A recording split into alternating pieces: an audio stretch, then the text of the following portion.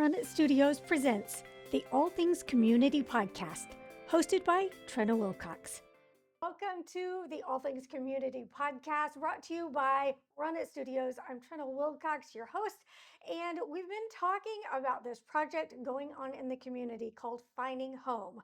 Keisha McMillan, founder of Liberated Creatives, had this idea about a project. This documentary brought some creatives together, and one of those today is the director of Finding Home. Hi, welcome, Ezra Farrar. Glad you're here. Oh, yeah, I'm really excited to be here. So, when you first heard about this project, what were you thinking? So, I was approached about this project as a recent communications team member in Springfield Tenants Unite. And I was really excited to do something more long form with Stun. And then a month later, Keisha brings something about like housing justice and being an artist. Yeah. Like it melded together in a way that was just immediately exciting to me. Her pitch was very based in advocacy and nostalgia. Oh. And the interviewees, I knew a couple of them, and then some people I didn't know. And so, whenever first hearing about it, it had like a couple themes I was already excited to explore, but also a brand new territory to Mm-hmm. me. So yeah, overall, just was ready to kind of get involved as much as I could. Yeah. So, for people that haven't seen the other episodes, talk about what the premise is behind Finding Home. For sure. Yeah. Yeah, so our general synopsis is about these seven local artists and their housing journeys in relation to their creative mediums. So we have a couple filmmakers and musician, a couple other mixed media people of different experiences and ages, and just trying to meld together how our different journeys in life, Mm-hmm.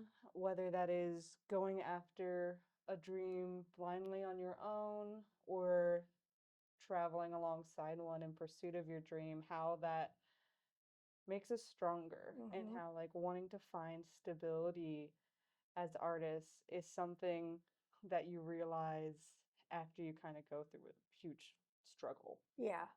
Yeah. A lot of artists sometimes feel forced to give up their creative passion in order to find stability. What do you say to that? Do you feel like it always comes back around? Do you think that people should push through?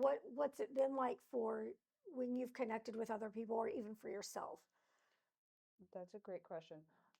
What I have found, well, firstly, it's completely valid if you need to like put your art on the Right. wayside for a while. Yes. But what I've found is people usually end up coming back to being creative one way or another, whether that is a project that they left behind for years and years and they want to kind of broach that in a new way, or they find a completely new medium. Right. And whether or not they're approaching that in a work or professional situation, if someone is creative in their younger life and life gets in the way, they usually want to grab back at that Yeah. whenever they can. Yeah, it's so important to be able to express your creative passions and work. And so I think it's so nice that the community is coming together to do that. What was it like to be in the director role? Well, it's kind of a big question. Yeah. I first started directing with a short film I did about a year ago before we initially got pitched this project. Uh-huh. So it's still like new territory for Yeah. me. And that was a project that I had written and like gathered cast and crew all on my own for. And so whenever approached by a creative producer, Keisha, that like really knew what she Mm. wanted, and she was like, "Can you bring like help bring my vision to life?" That was something that was again, I think I was just like ready to take the leap, but it was also really scary Yeah, yeah, because that's natural. yeah, like we had a small team, and you want to when you care about these topics in a big way like I do, you just want to like give it as much justice as you can. Um, so yeah, it's been a huge learning experience, Yeah, one that I'm really happy to have, but it's also I've made mistakes along the way to learn from, and definitely have shifted my understanding of the project as a whole yeah. as well Okay, throughout the how did that process. shift? Um, Something that is really helpful whenever you have people that have worked in film that are also in the project is they give good reviews of understanding how a narrative could go. Hmm. So realizing that Keisha could kind of be that underlying voice, maybe not a narrator over other interviewees, but we did gather a lot of footage from her. Mm. And so she kind of shows up beginning, middle, end, Uh-huh. and is able to relate to everybody in Hmm. some way. And I didn't really realize that until it was all kind of starting to be built. Okay. And so it's nice to have like kind of like a main character Yeah. like throughout all of it. Did that change anything on your side, how you put stuff together or how you made it gel?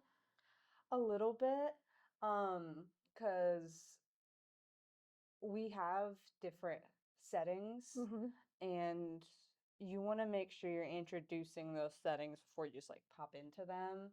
Um, but it's I wanted to initially tell the story in like a kind of chapter format Okay. where just like one interviewer and then another interview Yeah. and then another one.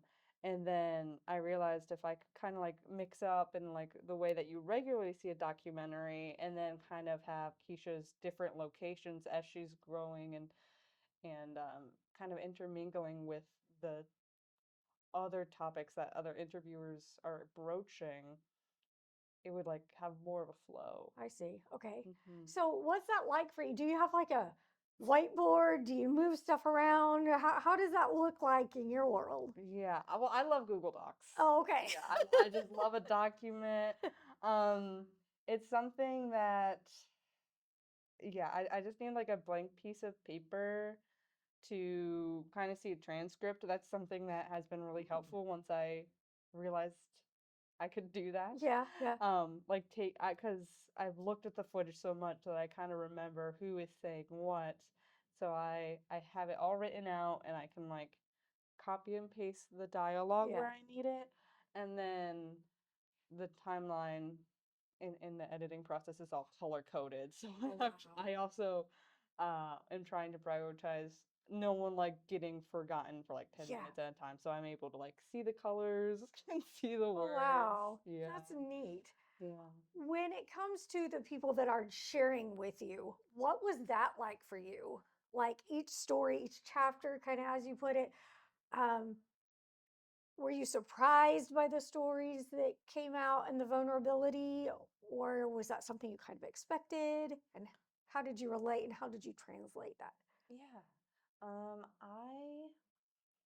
I had a pretty general idea of what everybody was going to talk about. We had a few baseline questions we wanted to ask everyone, but then I tried to prepare a few questions for each kind of interview. But then once I was there, they were bringing up stories and feelings and just like general woes about just like the housing insecurities that they've faced, that I was like, actually I want to really focus on this specific thing that I couldn't have anticipated. Yeah. um or yeah, it just like I tried to be prepared, and then Yeah. they bring something up Right. and you're like, Right. that's really interesting. Yeah. So to kind of bring some more clarity to it, it's not really about homelessness, but it is about what you define as home and being an artist. Is that Yeah, well said or that's a great take on it for sure. A lot of our interviewers describe it home and something that is internal, Mm-hmm. about something that they've traveled all over the world trying to like find a base environment to stay Yeah. in, but it's like whenever you're traveling, you only have yourself Yeah. at the end of the Yeah. day or whoever you're with. And then yeah, like sometimes whenever you're transitioning in life, you can't like be like this I'm settled here Yeah. for a long time, Yeah. especially if you're restless inside. So it's definitely about that internal journey, as much as it could be about the external home. Okay. Yeah. What would you like people to get from this? I want people to resonate with the fact that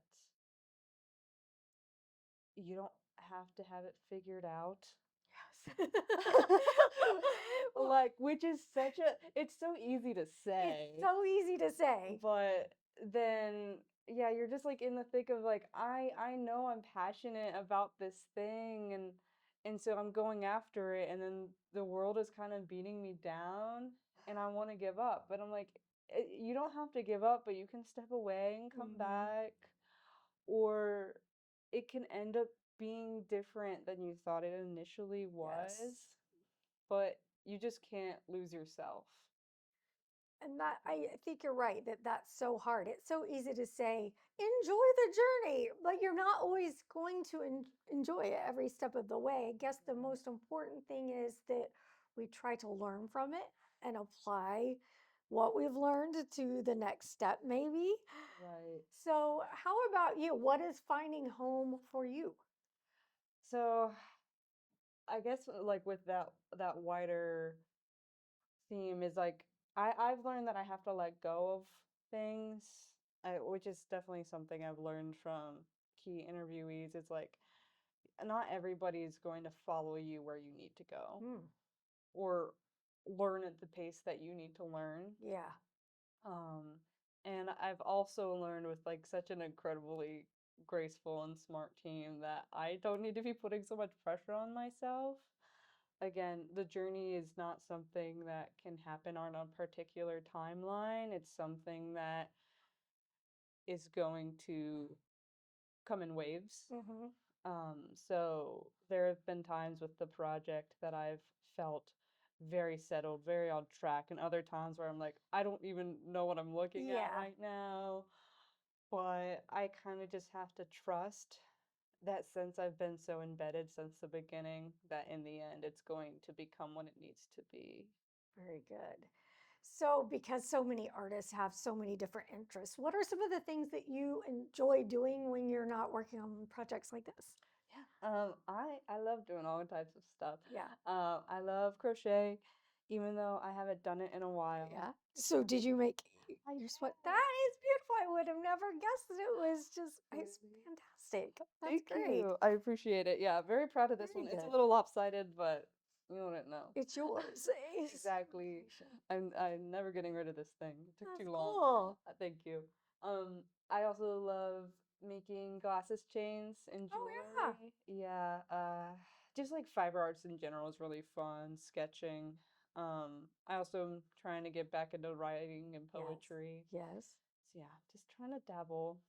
Have you been in the Springfield metro area for a long time or not?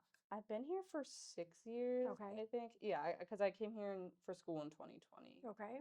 Mm. What's your favorite park? My favorite park? Oh, there's so many There good are ones. so many. Probably Nathaniel Yeah, Green. that's a good I one. went there this past weekend with my family, and we were just in the butterfly house. I was like, this is so Yes. tranquil. Oh, I know. I love it. Wonderful park. Is there anything, any hidden gems that you would recommend to somebody that is, you know, coming through the area? Like with parks or just Anything, anything. anything. Ooh, Restaurants, parks, that's such a activities. good question because I'm always trying to dig for little Yeah. fun things to do. Who do I shout out? Um, I have a couple, I Okay. suppose. Uh, so I guess it's not like a complete hidden gem in itself, but the Royal Bar on Okay. Pickwick, just Pickwick in general, is such a Yes. sweet little Yes. place. Like go to Culture Flock, go to Yes. emos. But the Royal does like DJ vinyl Oh, mixes. They do that like a few times a month. You can bring your own vinyls. They have other DJs playing. It's just like a very chill environment. right. If you're able to go to those. Um, there's also just seems to be a lot of craft clubs popping Oh, up. cool. Yeah. Yeah, like I know um, I think it's called Junkyard 417. They do craft meets like once a month where they do like scrapbooking at the park. Oh, neat. Yeah, Okay. very lovely people.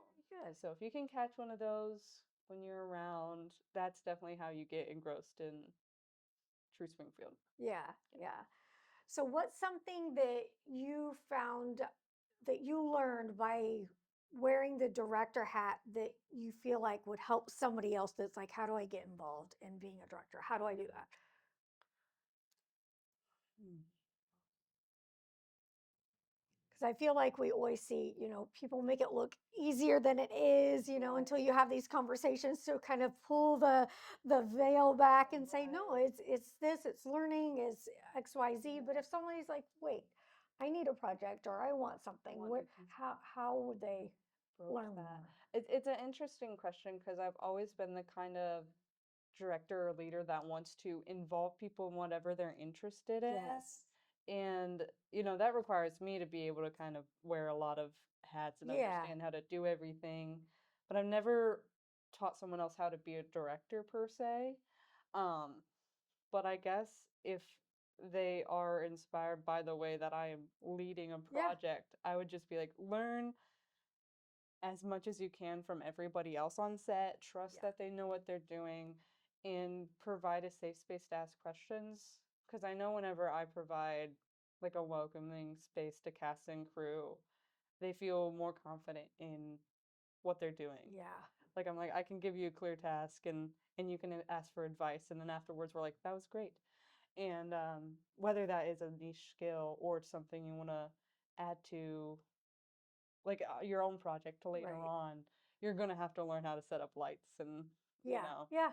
like Yep. check the camera and things. So yeah, just start at one point that interests you, trust your leader, and just like don't be afraid to ask questions. My main Perfect. 3 points, I Yeah. suppose. Anything I haven't thought to ask, anything you want to share about Stun or anything else, or where people can go to learn more? So if if you want to learn more, you definitely need to check out the Liberated Creatives website. We have a launch page on there for Finding Home. The trailer that we put together is up there now, and you'll also hear blog posts from there, or be able to read blog posts. And what we're also posting a lot on Stun's website. We are like Springfield Tenants Unite is something that has been existing for 5, 6 years now in the area, and you can scroll back and check if you want to, but just trust me when I say that we have boomed in like our power making system and our ability to like fight for housing justice. And so if this is something that interests you even in a big or small way, come to one of our um like leadership training meetings. We'd love to like canvas with you. We're always doing like leadership coalitions or like tens at other social justice kind of fairs in town.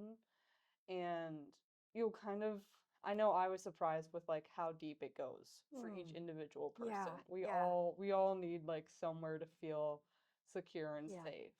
Absolutely. So we always just got to keep fighting for that. So yeah, definitely get involved in whatever impassions you, even if it's just an inkling. You don't Yeah. really know what it's going to become. And Yeah. so, yeah, that's definitely what it's been like for me with this Good. project. Well, thank you so much for sharing, Ezra Farrar. Yes. Appreciate it. Thank you. You can learn more at runitstudios.com. Thanks for joining me for this episode of All Things Community. We'll see you next time. This has been Run It Studios Presents the All Things Community Podcast, hosted by Trina Wilcox.